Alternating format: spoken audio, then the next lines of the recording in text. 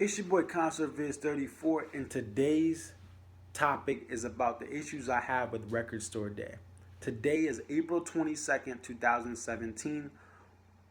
This day has been selected as the annual Record Store Day, where your mom and pop or indie record store gets exclusive content only available for purchase at small record stores across America.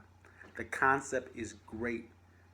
The idea of the local record store is dying, but it is one that still needs to be supported for people who are still trying to carry this content in the physical form, and to allow for people who want that interaction with the small record store to still have that. I think it's a great thing, and it's a great staple in America. And I support all small businesses. I have friends who are entrepreneurs starting small companies.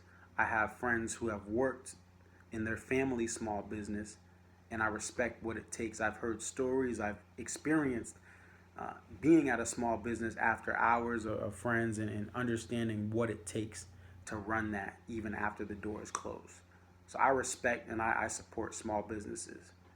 But the ironic thing is, I'm looking at the Record Store Day website, and with every release that you see here, it says support indie record stores, not flippers.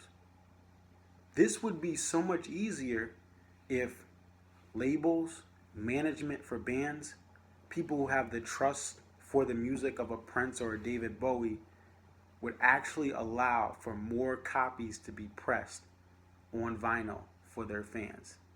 The biggest issue with Record Store Day is many of these albums, not all of them, but many of them, are released on a very limited edition status. That means only 3,000 of them will be pressed, or sometimes 1,500 of them will be pressed for the entire United States of America. And we're not talking about a small time band no one knows. We're talking about artists like Dave Matthews Band, Elton John, and David Bowie that are literally restricting the amount of vinyls pressed to a couple thousand across the country. And I'll tell you, looking at the fan pages on Facebook, looking at social media, and looking at various forums online on the message boards, there's a lot of fans that missed out today. And the fault of that lies on people running the concept of Record Store Day and the labels. It's not necessarily the small business's fault, because they're only given what they're allowed to get. So I've heard anywhere from certain things like Dave Matthews Band Live in Red Rocks released from '95. That's lit. I got it on CD. It's the reason I'm a Dave Matthews Band fan to the level I am now. That album changed my life. But the point being is, some stores only got two. In bigger markets like suburban Jersey, I've heard as much as 10, but there's more people that are fans, and there's more people that are lining up to get that record. So they're going quick. And Elton John, same thing. I'm reading comments, and there's maybe one or two at a store. It's Elton John, man. He's a legend. I own a lot of his material. Some of it is digital, others is on CDs, but Elton John is the man, and he's popular. But there's only a couple per record store. So it's very ironic that the Record Store Day website says support indie record stores, not flippers, but the only place you're finding it, if you didn't wake up at 4 a.m., if you're not camped out the night before in a major city, guess where the only place you can buy this is? Someone who's trying to flip it for a lot more than it's worth. And that's the issue.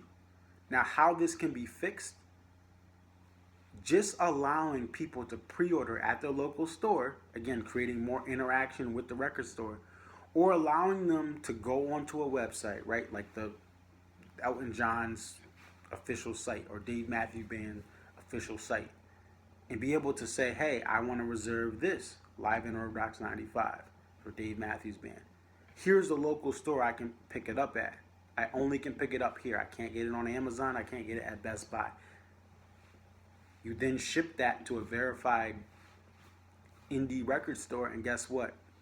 Now that record store could get 5 or 6 times the amount of revenue from Record Store Day than when an artist decides to say, hey, I only want to release 3,000 of these. So these limited quantities only hurt the record stores, and it only hurts the fans that want it.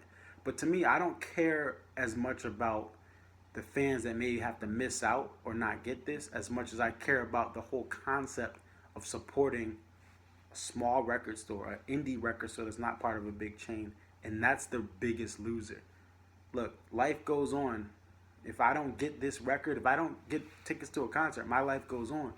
But the lifeline of the indie record store relies on as much business as possible.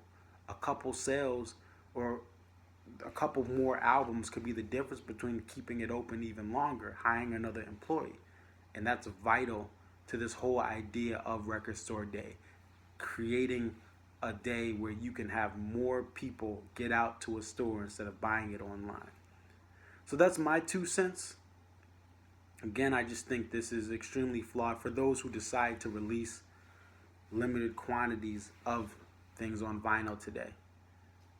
It should be fixed. I hope that next year people take a look at it. But again, this has been going on for about a decade, and there's still been no major changes by those who release limited edition vinyls in small quantities.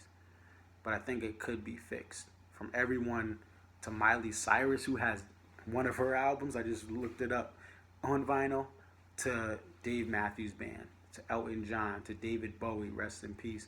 But he has some content that's out today that's never been released on vinyl. So let me know what you guys think. Like, subscribe, comment below. What do you think are some fixes to Record Store Day? If you went out, were you able to secure what you wanted? And if you weren't able to get what you wanted, how did that feel for you? And if you own a record store, if you're an indie record store owner or you're an employee, let us know how this day went for you. Do you think you could make much more on more records? Do you think there's a demand in your local area that would have purchased more than what was allotted? And what were some of the issues you may have ran into for your store trying to secure content for this day? But happy Record Store Day. I hope this gets fixed. Support local small businesses, including your indie record store. And I'm out. Have a good one, guys.